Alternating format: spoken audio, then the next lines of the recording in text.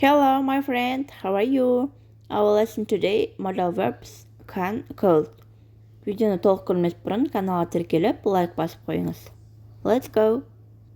Can белгілі бір әрекетті орындау мүмкіндігіңізді білдіреді, яғни жасай алуыңызды. Мысалы, сіз ағылшынша оқи аласыз, немесе сөйлей аласыз.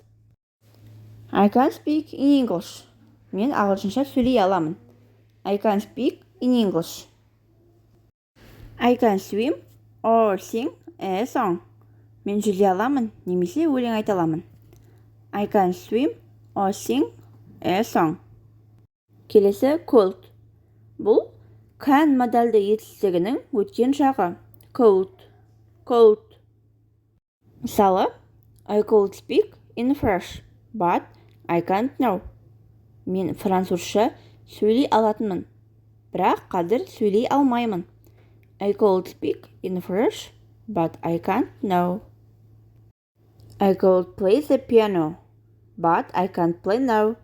Мен пианинода ойнай алатынмын, бірақ қазір ойнай алмаймын. I could play the piano, but I can't play now. Яғни, бұрын ойнай алатынмын болса, could қолданылады, ал дәл қазіргі уақытта ойнай алмайтын болса, I can't қолданылады. Негатив формасына келетін болсақ, жай ғана not қосымшасын жалғасаңыздар болды.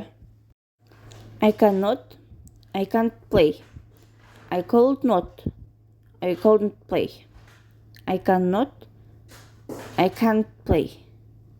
I couldn't not, I couldn't play. For example, I couldn't speak in English, but I can speak now. Мен ағылшынша сөйлей алмайтынмын, бірақ қазір сөйлей аламын. I couldn't speak in English, but I can speak now. Ал сұраулы сөйлем жасайтын кезде жай ғана can мен could модальді етістігін сөйлемнің алдына шығарамыз. Болды. Мысалы, for example, can I open the window? Мен терезені аша аламын ба? Can I ask a question? Мен сұрақ қоя аламын ба? Can I open the window? Can I ask a question? Мен сұрақ қоя аламын ба? Достар, сіздерге can, could модальді етістігін барынша түсіндіруге тырыстым. Пайдалы болса, әрине қуанамын.